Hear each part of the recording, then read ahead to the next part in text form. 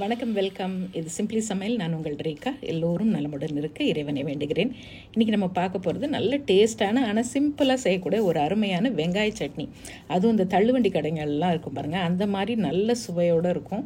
தக்காளி விலை ஏறுற சீசன் அந்த டைம்லலாம் பார்த்திங்கன்னா இந்த சட்னி நமக்கு ரொம்ப ரொம்ப ரொம்ப யூஸ்ஃபுல்லாக இருக்கும்.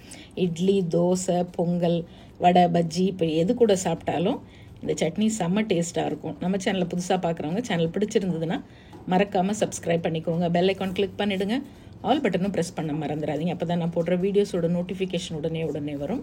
நீங்களும் மிஸ் பண்ணாமல் பார்க்கலாம். வாங்க கிச்சன் போகலாம். ஸோ ஒரு கடாய் வச்சுப்போம். 2 டீஸ்பூன் நல்லெண்ணெய் ஊற்றிருக்கேன். அதில் ஒரு 10லேருந்து 12 பல் பூண்டு. இந்த பூண்டை ஃபஸ்ட்டு நல்லெண்ணெயில் வதக்கிப்போம். அதுக்கப்புறம் காரத்துக்கு தகுந்த மாதிரி நம்ம மிளகா சேர்த்துக்கலாம். மிதமான காரம் வேணும்னா ஒரு 5-6 மிளகா, நல்ல சுருக்குன்னு காரம் வேணுமா ஒரு 7லேருந்து 8 மிளகா. ஸோ இந்த பூண்டு கூடவே இப்போ காஞ்ச மிளகாயும் போட்டு ரெண்டையும் லேசாக வதக்கிட்டு இதை தனியாக எடுத்துக்கலாம்.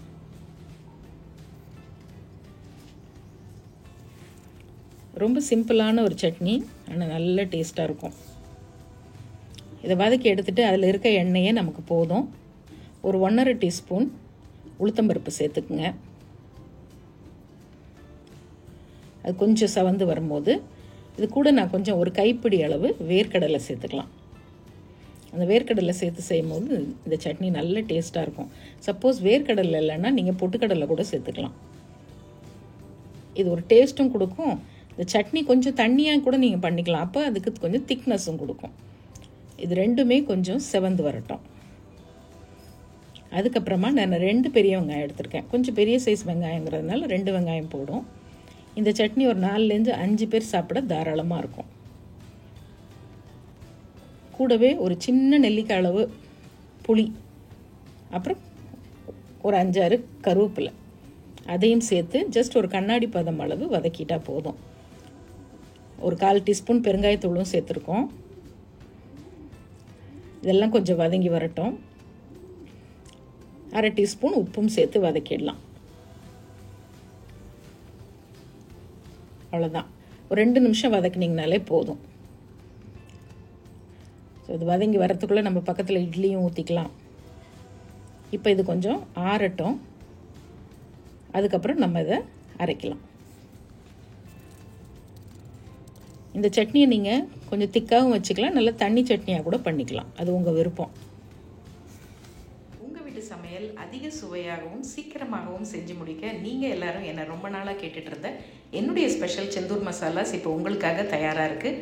தேர்ந்தெடுக்கப்பட்ட முதல் தரமான பொருட்களை கொண்டு ட்ரெடிஷ்னல் கிரைண்டிங் ப்ராசஸில் எங்கள் வீட்டுக்கு நாங்கள் எப்படி அரைப்போமோ அதே மாதிரி உங்களுக்காகவும் நானும் என்னுடைய குழுவும் சேர்ந்து செஞ்சுருக்கோம். அதோட டீட்டெயில்ஸ் எல்லாம் டிஸ்கிரிப்ஷன் பாக்ஸில் கொடுத்துருக்கேன். பூண்டையும் மிளகாயும் போட்டு முதல்ல ஒரு சுற்றிப்போம். அதை சுற்றி வச்சுட்டு இது கொஞ்சம் வெங்காயம் ஆறட்டும். அதுக்குள்ளே நம்ம இதோட தாளிப்பு ரெடி பண்ணிக்கலாம். பக்கத்தில் இட்லியும் ஊற்றி வச்சிடலாம்.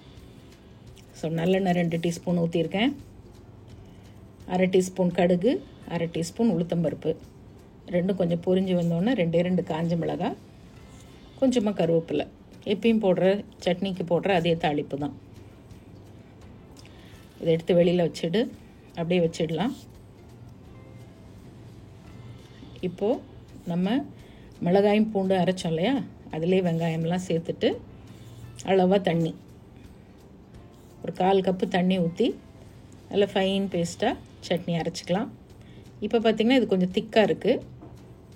நான் இதில் கொஞ்சம் தண்ணி கலந்துக்கிறேன். அது உங்கள் விருப்பம். இது கொஞ்சம் திக் சட்னியாக இருக்குது. இப்போ கொஞ்சம் தண்ணி கலந்து நான் இதை ஒரு மீடியம் கன்சிஸ்டன்சியில் வச்சுருக்கேன். நீங்கள் கொஞ்சம் தாராளமாக கூட தண்ணி ஊற்றி கலக்கலாம். இப்போ இந்த சட்னி திக்காகவும் இல்லை, கொஞ்சம் தண்ணியாகவும் இல்லை, அப்படியே மிதமான மிடில் இருக்குது. அவ்வளோதான். ரொம்ப ஈஸியான சட்னி இல்லை, ஆனால் டேஸ்ட்டு ரொம்ப சூப்பராக இருக்கும். நம்ம எடுத்து வச்ச தாளிப்பை போட்டுடலாம். போட்டுட்டு அப்படியே கலந்து விட வேண்டியது தான். இட்லி, தோசை, பொங்கல் எல்லாத்துக்கூடையும் ரொம்ப அருமையாக இருக்கும். ஈஸியான ஒரு வெங்காய கார சட்னி, அந்த ரோட்டு கடை ஸ்டைலில் இருக்கும். அவ்வளோதாங்க. செஞ்சு பார்த்துட்டு எப்படி இருக்குன்னு சொல்லுங்கள். நம்ம சேனலை ஃபேஸ்புக்லேயும் இன்ஸ்டாகிராம் பேஜ்லேயும் ஃபாலோ பண்ண மறந்துடாதீங்க. அதோட லிங்க்கும் டிஸ்கிரிப்ஷன் பாக்ஸில் இருக்குது. இன்னொரு ஃபேண்டாஸ்டிக் ரெசிபியோடு மறுபடியும் பார்ப்போம். இது சிம்பிளி சமையல். நான் உங்கள் ரேகா. தேங்க்ஸ் ஃபார் வாட்சிங். Take care. பபாய்.